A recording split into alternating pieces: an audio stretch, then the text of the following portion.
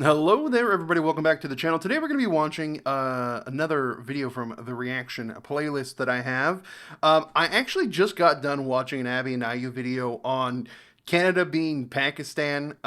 So at the time of this video coming out, that video will probably have been out for a couple hours. So go and check that out. But after I got done with that, I saw this moon video pop up. Why Canada is collapsing, nobody can afford to live. So I felt it was on point to follow up that previous video with another one to, I guess, see what else is going on specifically in Canada. So let's get into it. All right, again, the video link to this specific video will be in the description down below, so make sure to go and check that out. Yeah, let's get into it. Canada, which used to have the reputation as a I've watched a few God, wow, my speaking is not working very well for me today. I've watched a few moon videos before in the past. I don't know if I've ever watched any for the channel, but I like the channel. It's a good channel. I don't think it's too unbiased, or I don't think it's too biased in any particular direction. They typically just lay out the facts. So, yeah. Canada, which used to have the reputation as a welcoming, friendly country, is now one of the most hostile places to live in the developed world. Now, this isn't because of the people, of course, it's because of the prices. Oh yeah, inflation in Canada, I've heard, is astonishing. Like, just being able, like, the cost of living in Canada is like super bad. It doesn't matter how much I try to cut back, it's constantly going up. And I just don't even know what to do about it. They're ripping us off like they're ripping you off. I feel like they're all in cahoots. Over the past few decades, the cost of living in Canada has gone through the roof. Wow. Propelled by rising costs in housing, groceries, utilities, and pretty much everything else. It's the same thing is happening here in the U.S. as well. It's not just Canada. I would say it's more of like the Western world, I guess, kind of, sort of. I don't know. We'll see. We'll see how things work. I don't know. There definitely needs to be some sort of like a shift, right? There needs to be some sort of change. Because things just don't seem to be working, especially in the last 4 years. It just doesn't seem to be working. Meanwhile, wages have stagnated since 2006, while immigration has only increased, and it's led to a wide range of debilitating social issues, like a staggering 20% rise in homelessness since 2018. It's a process that the government has largely let happen and even encouraged in some cases, as we'll find out later. But the reality on the ground is that living in Canada is a question of survival, and for most people, these problems have massive negative impacts on how they live their lives. It's clear from the stats that Canadians are suffering. In the Canadian Social Survey of 2024, nearly half of the respondents said that their budgets couldn't keep up with the rising costs. Canadian household debt is another indicator of how bad it's gotten. Per citizen, it's the highest in the G7. Wow. Even higher than the UK and the US? That's actually really surprising. Wait, this is percentage of household debt. Over 90%? Over 100%? What? But what really paints the hold on. indicator of how bad it's gotten? Per citizen is... This is crazy. Over 100%? That's wild. And look, the UK and the US have gone down, and at least this is according to 2021. That's crazy. It's the highest in the G7. But what really paints the picture is how Canada's Prime Minister chose to speak to his country and the response he's gotten from his fellow Canadians. Trudeau is. I'm surprised he's been in power for so long. To be honest with you, like, he doesn't seem very well liked. Strangely, Trudeau decided that emulating bad YouTube apology videos was the best for his message on immigration. The only thing he was missing was a ukulele. Response was, as you would expect, absolutely terrible, with around 68,000 dislikes and 22,000 likes at the time of this video. In the 7-minute long over-polished video, Trudeau covers the general basics that you'd associate with terrible... There's the ukulele girl. There's the okay. So both of these are child predators, by the way, video. allegedly.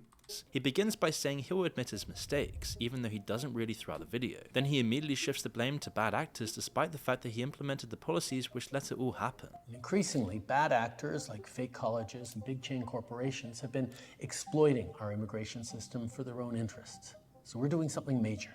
We're reducing the numbers of immigrants that will come to Canada for the next 3 years. The biggest But okay.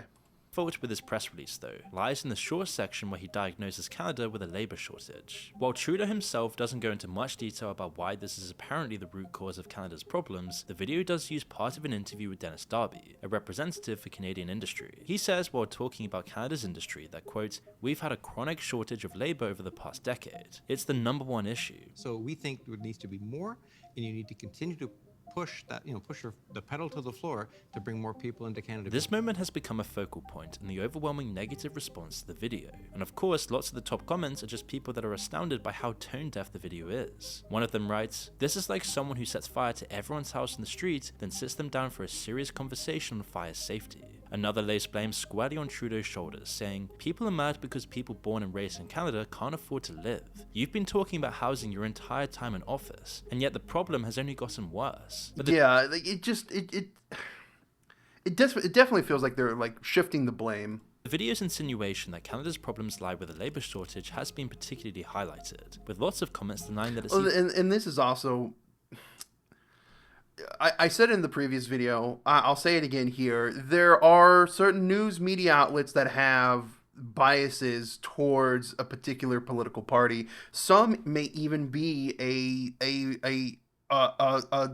tangent, an arm, an appendage of that political party. So you got to be very wary. You have to double check the sources. You got to double check, who's donating money to who. When you're looking up media sources. So when all these media sources are saying and spouting, labor shortage, you got to see, what their connection is to the political parties. even true, let alone relevant. It's because it shows just how out of touch Trudeau and the establishment have become to regular Canadians' problems. To back up the point, they took interview quotes with CEOs and senior executives on the biggest problems that they're facing instead. All the while, Trudeau is acting like evil corporations are the real problem, while ignoring the fact that he's the one in charge of regulating them. The reality on the ground, though, is that there are plenty of jobs in Canada, but wages have stagnated, so they just don't pay enough to give people good lives, or even keep them out of poverty. The unrelenting cost of living crisis in Canada has been disastrous for the country and its people. No cost is more impactful or substantial than housing, and it means that rising housing costs have been the biggest factor in the entire crisis. So there's no better way to see how bad things have gotten than by looking at Canada's largest city of Toronto, and its terrible housing crisis. I heard it's really I want to bad. tell you about our video Exter. sponsor. You see, if you're still carrying a around a wallet. clunky, outdated wallet, it's really time to upgrade with Exter. Known for inventing the first trackable wallet, Exter is on a mission to upgrade all your carry essentials with smart, sustainable designs. Their wallet is super slim, half the size of a conventional wallet. You but can't they still even hold You can't even put money in. Not all right. So I mean, yeah, sure. Cash isn't really a super big thing in like the U.S. or Canada. I'm assuming Moon's target audience is U.S. But I mean, I'd still prefer if I had cash. I don't even remember the last time I had cash, but if I had cash, I'd like a spot to put the cash in. over 12 cards in cash. Oh, look at that. Oh, no, that's for cards. Never mind. With Exter's signature trigger mechanism, accessing your cards is as easy as the push of a button. They also kinda feature cool. built-in RFID blocking, which keeps all of your data safe on your cards from wireless skimming and theft. And on top of that, Exter also uses environmentally friendly materials like vegan Italian leather and space-grade aluminum. Vegan Italian leather. Making their products both stylish and sustainable. Plus, the solar-powered tracker lets you track your wallet's location directly from your phone. With just 2 hours of sunlight, you will get 3 months of charge, and you can even use the two-way ringing feature or receive separation alerts so that you never lose your wallet again. If you're looking for even more versatility, Exter offers a range of add-ons, including coin trays, AirTag-compatible backplates, tool cards, and so much more. Their bundles, like the Key Case Plus aluminium card holder or the Parliament Wallet and Tracker card, they will provide you everything you need to stay organized and connected. And right now, Exter is offering up to 55% off using the code 55% off. If a company's offering 55% off, you gotta know the margins they sell the wallet at initially are insane. That being said, I don't know the quality of it, so I can't, say anything about it. Code MOON if you head to extra.com/moon and make sure to use the code MOON. Like other countries close to the Arctic Circle, Canada has quite a low population compared to its massive tracts of land. But even with that relatively low population, a large chunk of those people live in a small collection of large cities, over 73% as of 2021. Canada's population and economy is therefore focused on these large cities. Toronto is the crown jewel, with a population between 6 to 8 million people depending on how you define the city. Only 6 to 8 million?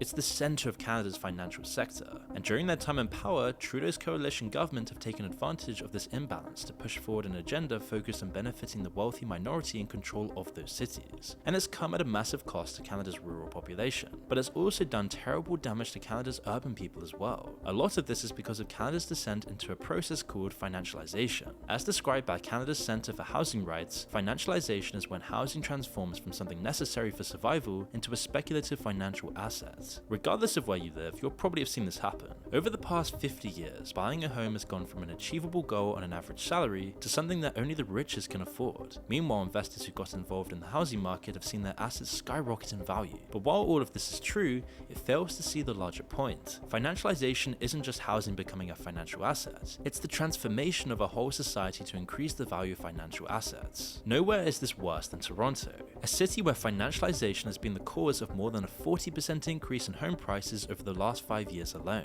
But as we'll soon find out, it's also damaged a lot more than just Toronto's housing market.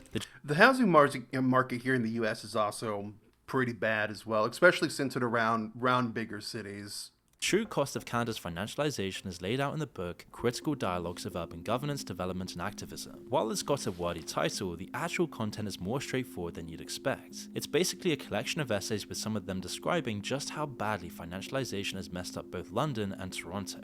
Of course, we'll be focusing more on Toronto. As chapter 14 describes, financialization has lots of different causes, but one of the main ones is the relatively recent globalization of finance. Even 50 years ago, your options as an investor were mostly limited to your own country. You could invest in foreign companies pretty easily, but other foreign assets were much harder to get into. But that's all changed, and now if you want to put your money into foreign housing markets like Toronto's, you easily can. Banks have even created ways of storing the assets, which let you buy a share in a fraction of... Before we get into this, I'm pretty positive I remember reading that China is actually moving in and buying up large amounts of buildings in around the Toronto area, and they're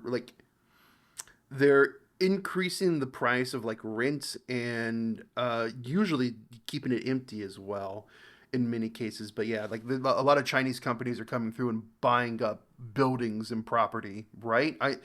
He might touch on that, but I remember reading that. Of lots of other houses rather than just one building or home. It was this process that led to the financial crash of 2008, but it's also changed the very fabric of cities as well. This is where Toronto and Canadian cities as a whole differ from other Western megacities. When the financial markets exploded over the past 50 years and their economic influence increased, Canada was ahead of the curve. Nearly all Western cities' economies have changed their focus from manufacturing to finance and technology. And this changed the cities themselves, as chapter 9 describes. This has led to rapid gentrification of the inner city, deconversion of many older housing units from rental tenure to owner occupation, and a slow shift of the immigration reception neighborhoods into the suburbs. In English, this means as the city center becomes the place where all the wealth was created and concentrated, the focus of the city naturally shifted as well. Neighborhoods closer to the city got more expensive, and the old residents got pushed out by investors buying up the homes. These old middle or lower class homes were then either sold to richer people to live in or even converted into much more expensive luxury housing. And as the process continued over decades, its effects reached every part of the city. Any neighborhood with good transport links to the center got much more expensive, until housing prices in the whole city went sky high. Working people then only got pushed further and further out. Toronto, as the financial hub of Canada, saw the worst of this, although similar things have also happened to the rest of Canada's largest cities, as shown in this graph of Canadian housing prices. So far, all of these things we've talked about are pretty universal across developed economies. So what's made it so bad in Canada specifically? Well, the book we've been been discussing so far analyzes all of this in great Critical Dialogues of Urban Governance, Development, and Activism, London, Toronto. detail. There's a few different reasons for why Canadians have been hit especially hard. First, Canada's welcoming of foreign investment into the housing market has been disastrous. For example, a report on Vancouver and Victoria How gangs use Vancouver's real estate market to launder $5 billion? What? Victoria's housing markets showed that over 6 billion Canadian dollars have been laundered and invested by multinational criminal organizations, and that figure will most likely pale in comparison to the so-called legitimate foreign investment as well. It was only a few years ago in Toronto considers new tax on foreign home buyers. 2018 that Toronto started taxing foreign housing market investment above domestic investors. But the problem is also with the policy and the central government. Canada went above and beyond other Western economies in catering A tax break for all Canadians. More money in your pocket. to speculative investment in the housing market. Chapter 9 of the book explains how this happened in a few short steps. First, the Canadian government made sure that investors could get credit from the government pretty much risk-free with virtually no interest. The advertised reason for this move was to stimulate the economy with more private investment, but it didn't quite work out that way. Instead, the massive amounts of free credit and easy borrowed money created a gold rush for investors. They started bidding wars for homes, massively increasing prices. A lot of this investment was focused on rental properties, either so that the rent could then be increased or just to turn them into second homes. And this brings us right back to reality, and the outstandingly poor rental market in Canada. Let's go over what we've just been talking about. Gentrification and the transformation of cities decreased the supply of rental properties. Foreign investment decreased the supply of rental properties. And finally, the Canadian government's decision to create a housing market feeding frenzy made things even worse. There have been plenty of other factors that we don't really have time to explore here, like Canada's welcoming of short-term lets. The Airbnb market in Canadian cities is absolutely massive, and each one is a home that could have gone to someone. I'm not a big fan of Airbnb. I feel like Airbnb, it was a really big fad, but like if you've ever stayed at an Airbnb, typically like the fees are just way too high. The quality standards compared to like a hotel, it's hit or miss, honestly. And then yes, like you said, a lot of companies, a lot of people, not even, it was originally just meant for people, but now a lot of companies have just came in and they're utilizing Airbnb to buy up a bunch of properties and then just rent it out. So you have, these cities where once you could, rent a house or buy a house, now that those houses are now regulated to being these Airbnbs only. So I'm not a big fan. Who actually lives there. But the results are the same.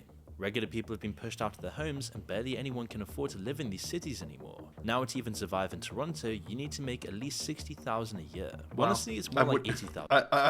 More like 80,000? I wouldn't be able to live in Toronto.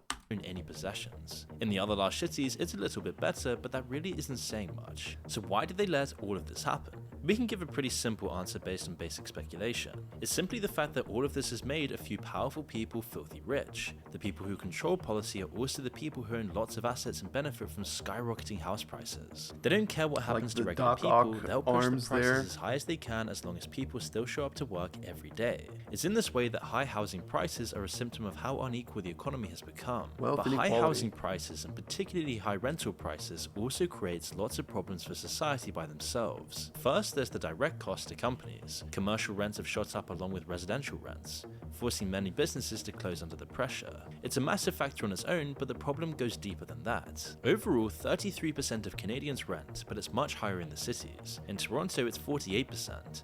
Quebec City is at 49%, Vancouver's at around 55%, and in Montreal, over 60% of the residents are renting.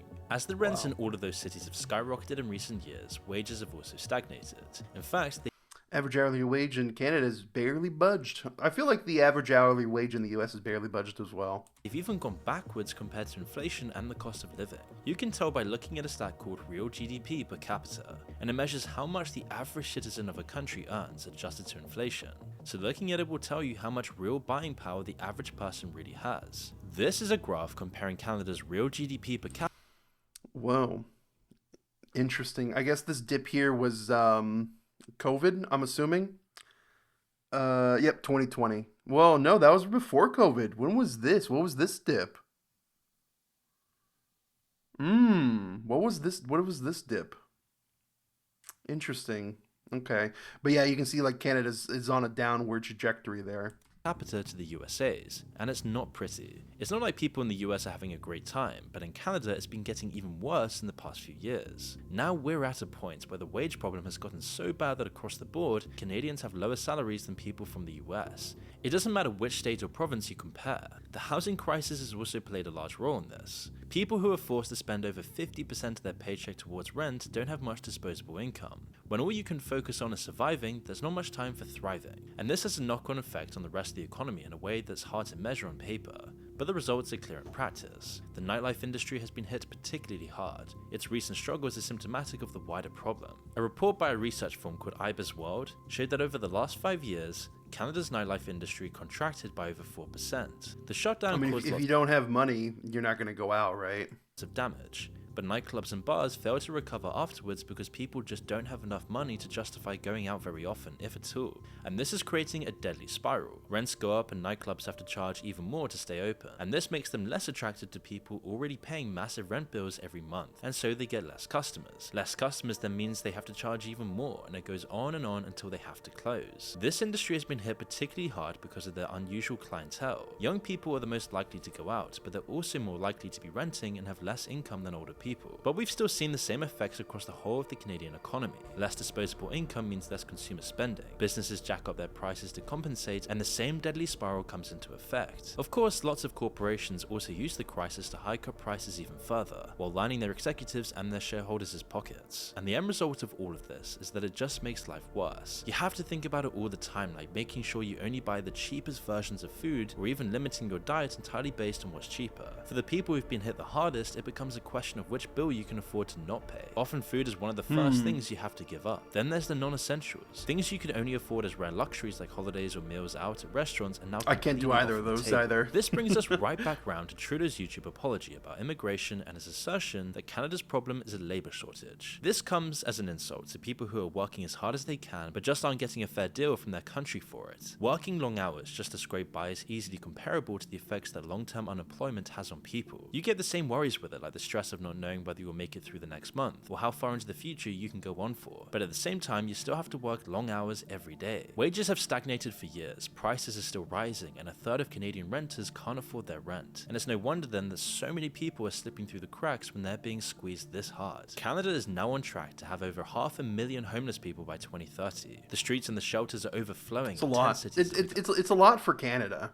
A common sight in most large Canadian cities. And this is particularly awful in Canada, where temperatures drop well below freezing for months at a time. Homelessness and poverty breeds crime and drug use. It might not be long before Canada loses its reputation for beauty and friendliness precisely because its government has been so harsh to its people. Immigration is wrapped up in this as well, and it's another reason the situation in Canada specifically has become so dire. Trudeau and the wider establishment Were those MAGA hats? The situation in Canada specifically has become so dire. Save Canada. Wow. Interesting. Interesting. Trudeau and the wider establishment have been happy to facilitate mass migration into Canada for years because it suits their interests. More immigrants means more working people to fill jobs and a more productive economy. At least that's how the theory went, but it fails to consider all the negative effects that immigration has had. Nearly everyone who moves to a country either temporarily or permanently is looking for work, but they also need a place to stay, and this only adds fuel to the housing crisis fire. More demand means higher prices, and recent migrants are much more likely to be renting a place than buying it, meaning migration has an outsized effect on the rental market in particular. Crumbling under an overwhelming wave of public opinion, Trudeau has finally announced that Canada will be limiting immigration more for the next few years at least. We're reducing the numbers of immigrants that will come. Same here in the U.S. Like, I mean, Trump literally came out and said that they are going to put a more stringent rulings on allowing legal immigration, and then they're also going to try to crack down on all the illegal immigration. So we'll see how that goes. Come to Canada for the next 3 years. For lots of people though, it's a little bit too late. We can be sure that the move definitely has nothing to do with his upcoming re-election campaign and his historically low approval ratings. For a lot of Canadians at this disapproved is surged 67% are now 67% of Canadians are now dissatisfied. Point, any kind of change at the top would be a welcome relief from nearly a decade of the same government. But these long-term problems aren't going to reverse themselves anytime soon, and it could be a long time before Canada can get back on its feet once again. Interesting. Interesting. Yeah, it just seems like there's a lot of issues going on in Canada. And I will admit, I've seen a lot of those issues that, Moon described in the video. I could also say that it's happening in certain areas here in the U.S. as well, particularly in and around like larger metropolitan areas, larger cities. Um, so I don't know. It feels like the whole world needs a little bit of a change, right? Like we need to, I don't know, step towards taking care of like our citizens. Like here in the U.S., we do like it feels like we're so focused, or the U.S. government, I should say, is so focused on helping the rest of the world that its citizens are left kind of like on the wayside, right? That's what it feels like, to be honest with you. Um, so apparently, it also looks to be the same there in Canada. Interesting video. Interesting video. A good little addition to the video that I watched earlier, so make sure to go check that out as well. We can take a look at some of the comments, but this video just came out. It's within like 2 hours old, so I don't think there are a lot of comments actually. Never mind. We can read some of them, but I feel like there's not going to be a lot of differing opinions, which I do read comments to read the differing opinions, but we'll go ahead and read it, right? He acts like evil corporations are the main problem, yet in fact he's the one in charge of regulating them. True. I live here and the government is scum. What's the difference between the government and the mafia? One of them is organized. The Penguin. I need to watch the Penguin TV series. I've not watched it yet. It's so bad, bros. This country has gone down the shitter. It's sickening how the Canadian government has gaslit the nation for 8 years. Trudeau needs to step down now. I live in Toronto. There's a certain group of immigrants that came to Canada with no intention of working. They can claim benefits as soon as they get here, and then they stay on benefits. Who is that? Which group? I'm in a rural town, so just curious. Today I went to a hardware store to help an old lady fix her garage. Three 10 by 2-inch steel fasteners, yada yada yada, bolts, yada yada. Washers cost $68 Canadian. That's crazy. Three fasteners, and some bolts and some washers and nuts. That's wild, dude. That's crazy.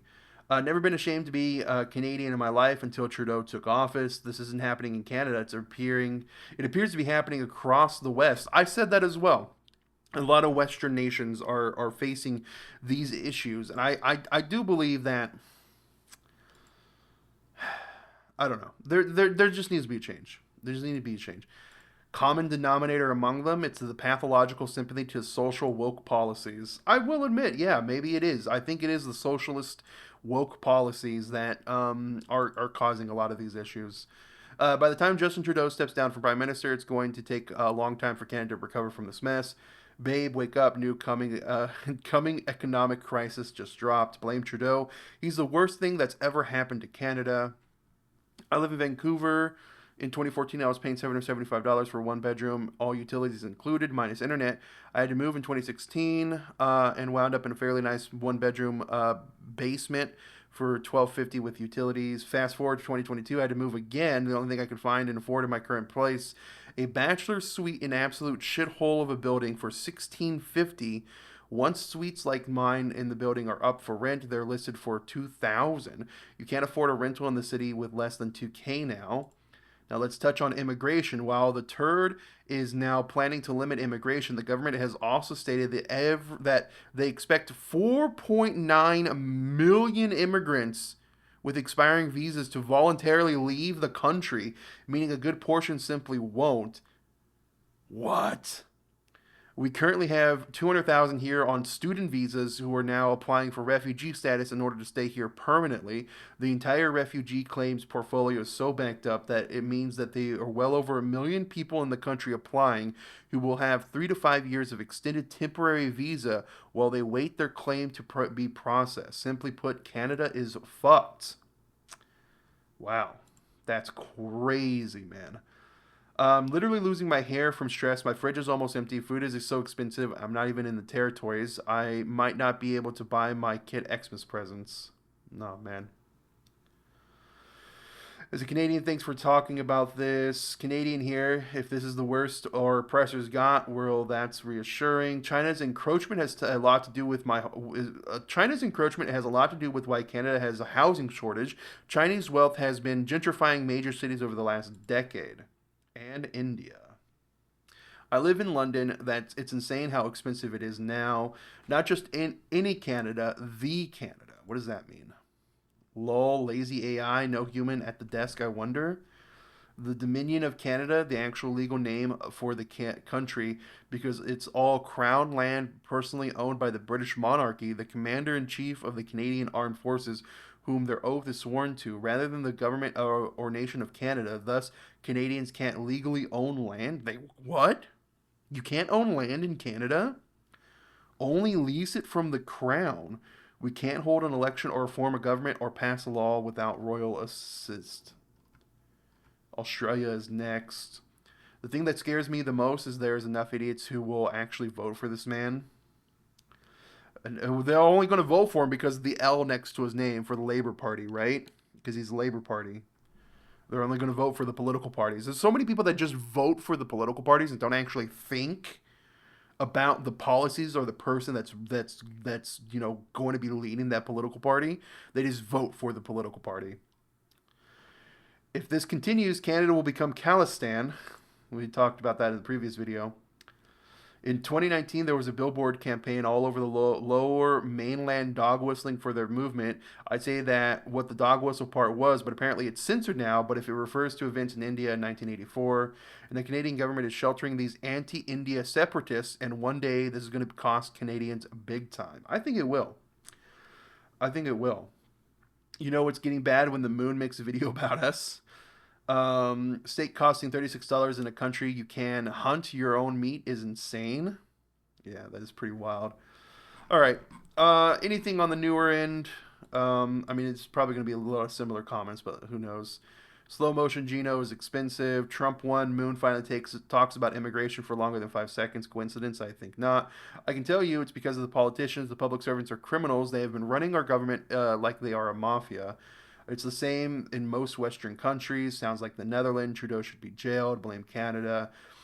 Too many immigrants. Everything woke turns to shit. It sucks so bad here now. Do Australia next. So it begins. I thought the UK would be the first, but Canada takes the leap. Canada isn't the only one. Australia is suffering like them. Independence, please. Quebec. Hey, America, want some extra land? I'm begging you, please invade us. Oh my God. Exactly the same here in New Zealand. Wow, see a lot of people reading sentiments in different countries as well. It's crazy, man. People are pooping on the beaches. All right, I think that's a good end then. People are pooping on the beaches. Wow. Thank you for watching. And again, remember, link to this video will be in the description down below. So go ahead and make sure to check that out.